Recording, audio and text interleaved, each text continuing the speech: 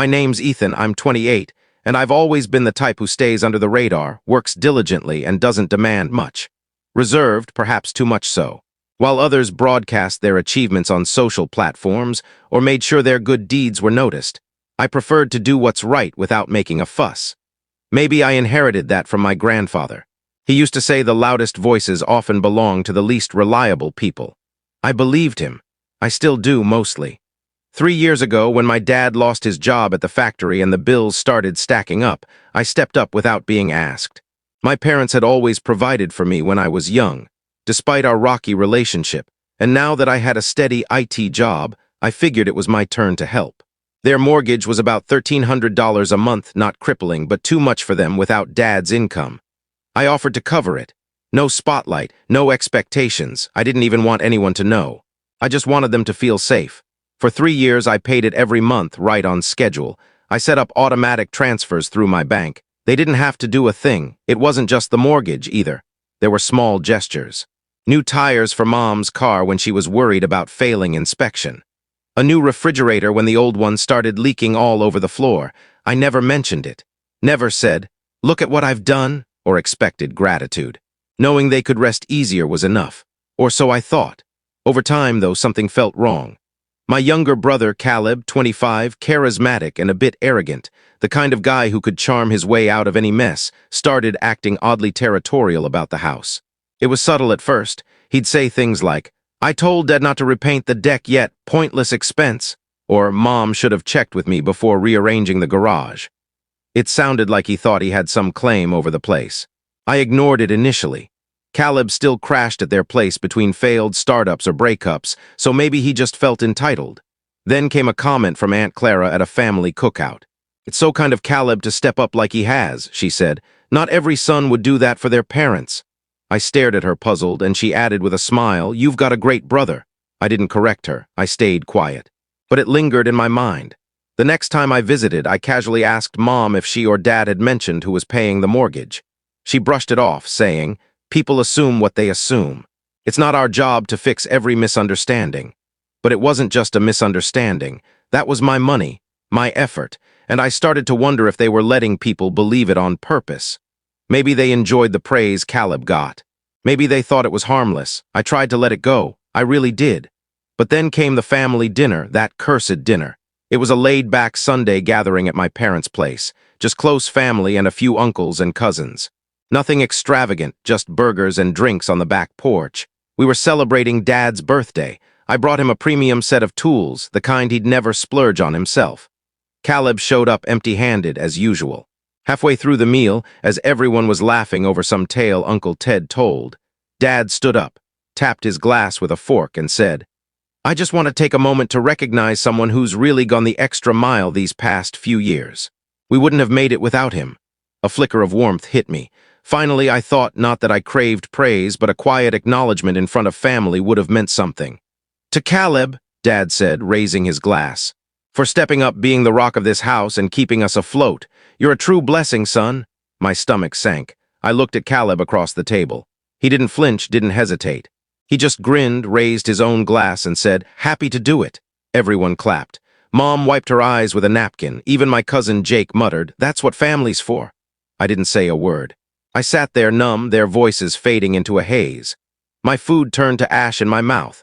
I glanced at Mom, hoping for some correction, some hint of truth, but she just beamed at Caleb like he'd been the one sending the payments every month. That was when something broke inside me. I didn't cause a scene. I didn't slam my drink down. I just quietly pulled out my phone and opened my banking app. I scrolled through 3 years of transfers, each one a reminder of what I'd given without asking for anything back. I canceled the automatic payments. My finger lingered for a moment before I hit confirm, and as I looked up, Dad was still smiling at Caleb. Mom was snapping a photo of him with the birthday cake. Caleb lounged in his chair like he owned the whole yard.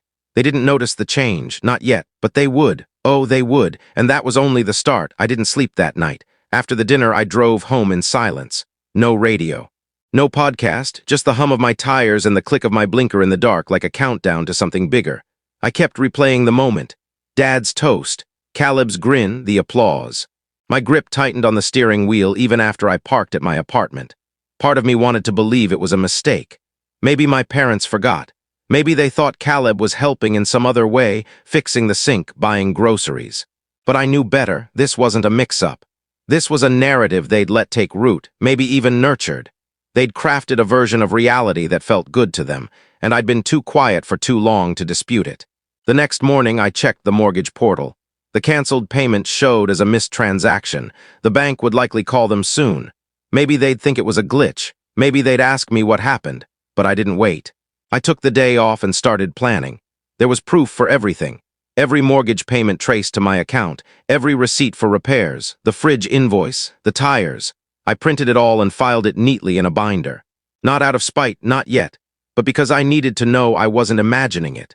That I'd done all those things, that I wasn't some ghost in my own family story. 3 days later, the call came. "Hey," Dad said, like we chatted daily. "The bank sent a weird notice about the mortgage not going through. You know anything about that?" I paused. "Yeah," I said. "I stopped it." A long silence followed. "Why would you do that?" he asked, his tone sharp like I'd betrayed him. "Because I'm tired, Dad, tired of being unseen." "What are you even talking about?" "You gave a toast to Caleb," I said, keeping my voice steady. "Thanked him for paying the mortgage. He's never paid a dime. I've been doing it for 3 years, and you acted like I didn't exist." Another pause, then a huff. "You're overreacting." That hurt more than I expected. I let out a dry laugh. "Overreacting? I've poured tens of thousands into your house, never asked for anything, and you give the credit to the guy who crashes in your basement and gambles with your cash." "He's trying his best," Dad snapped. "Then let him try paying the mortgage." I hung up before he could respond. Mom called soon after. She didn't raise her voice. She never did. But she used that soft, guilt-laced tone she saved for when she wanted to make me feel small. "We didn't mean anything by it, Ethan. It was just a toast." "Mom," I said, "nobody at that table knew I was the one paying for the house." Silence. "You let them believe it was Caleb. You let them." More silence. "We didn't think it mattered to you," she said, like I was the one being unreasonable. That cut deep in a way I can't quite describe. I told myself for years I didn't need acknowledgement, that doing good was enough. But it did matter. It mattered that my own family was fine rewriting the truth if it made them look better. It mattered that I'd been so easily sidelined for the golden child with the slick charm and empty pockets. "I'm not upset about the toast," I told her. "I'm upset that you saw what I was doing for years and still let everyone credit someone else." "What do you want us to do now?" she asked, a hint of frustration in her voice, like I was the problem. I didn't answer because I didn't know yet, but that night I reviewed every cent I'd spent on their household. The mortgage, the tires, the fridge, the 2 utility bills I'd covered when they were about to be cut off. It added up to over $50,000. I thought about walking away, letting them fend for themselves. But something inside me, something cold, exhausted, and utterly done, whispered that walking away wasn't enough. Not this time. They'd rewritten the past, so I decided to reshape the future. The first step, that binder of receipts and proof, I scanned it all, made a PDF, and sent it anonymously to every family member at that dinner. Aunts, uncles, cousins. The subject line was plain, just the facts. No name attached, just the documents showing my account making the payments. Dates, amounts, confirmation numbers, even a scanned thank you note from Mom from the first month I helped, one she'd probably forgotten about. And then I waited. It didn't take long. My cousin Sarah texted within hours. "I had no idea. You okay?" Then Uncle Ted called. "Was that really you covering the mortgage?" Word spread like wildfire. Then Caleb called. I let it go to voicemail. "Hey man, not sure what that was about, but airing family stuff like that is kind of messed up. Could have just talked to us." I didn't reply because I wasn't done. That was just the beginning. The real impact hit at the next family gathering when the focus finally shifted, not to Caleb's charm, but to my silence and how loudly it now resonated.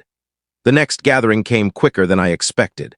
My cousin Lucas was turning 30, and his wife hosted a big dinner at a fancy restaurant.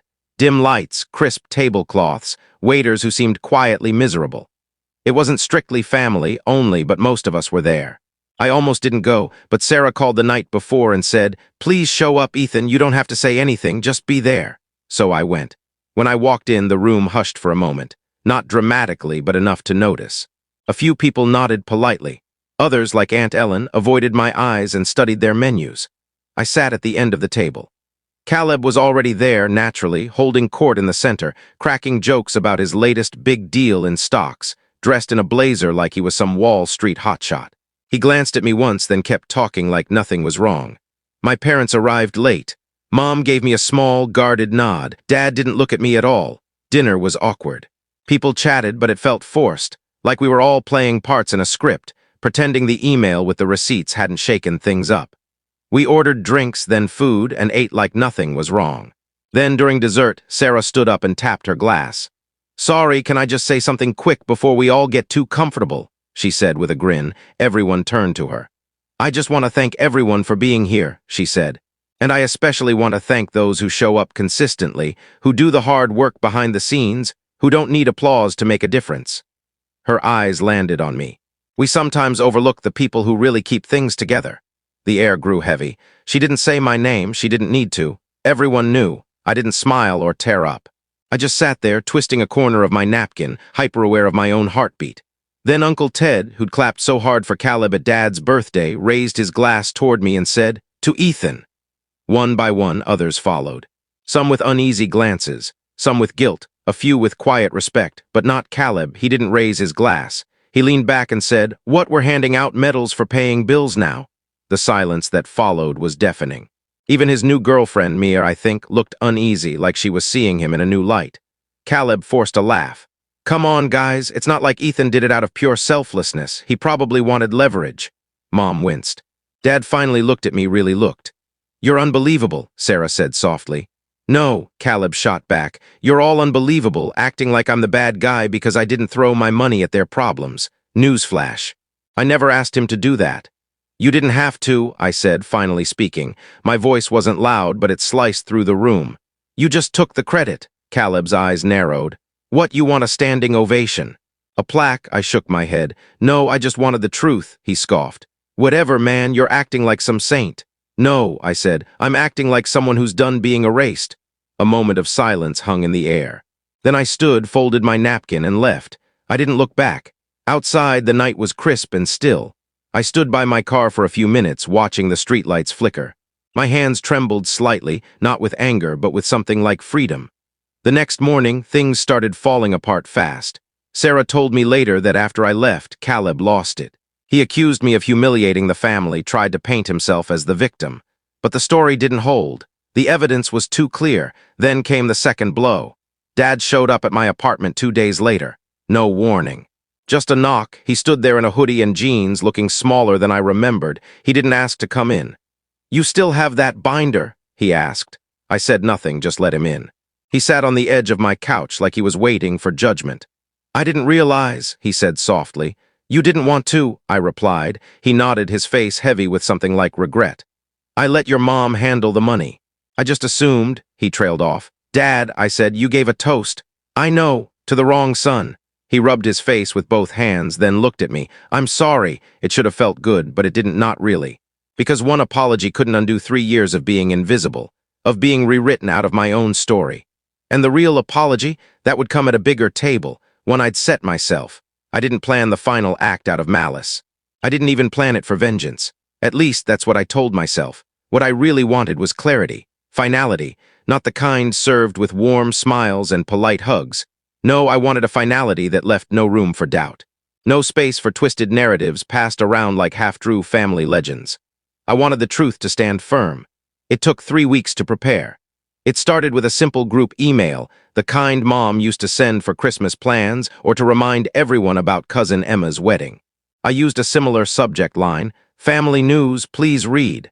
The email was brief and courteous. "Hi all, I'd like to host a family dinner next Saturday at my place. Catering's covered, so just bring yourselves. Hope to see you there, Ethan." I didn't hint at the purpose. No drama, just an invitation. Some were skeptical. I got texts like, "Is this about Caleb?" Or "What's the deal?" I ignored them. Let curiosity do its work. That Saturday, the weather was mild and clear. I'd reserved the rooftop terrace at my building, a quiet, private space with room for 20 and a stunning view of the city lights. I hired a small catering crew, nothing lavish, just enough to feel intentional. Guests arrived around 6, first Sarah and her spouse. Then Aunt Ellen, Uncle Ted and his wife. A few cousins came together. Mom showed up alone, which caught me off guard. Then Caleb, predictably late, strutting in with sunglasses perched on his head and that same cocky grin.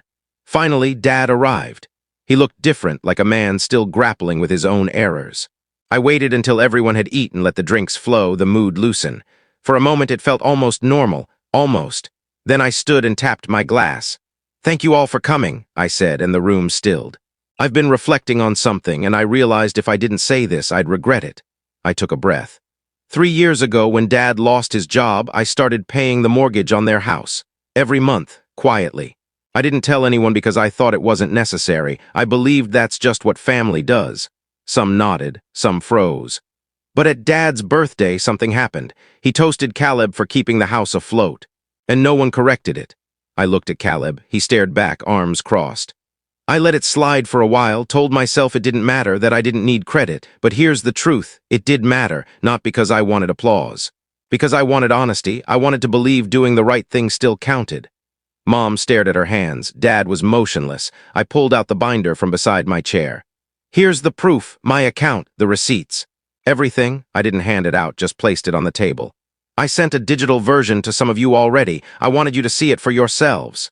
Then I turned to Caleb. "And you, Caleb, let them believe it was you. You let them call you the hero, you basked in it, and you never set them straight." He laughed, sharp and bitter. "What is this, a public trial? You want me to beg?" "No," I said. "I want you to leave." The room went dead silent. "What?" he said, half laughing. "You don't belong here, not in my home, not in my space. You took advantage of everyone's silence, including mine, and you don't deserve a seat at this table."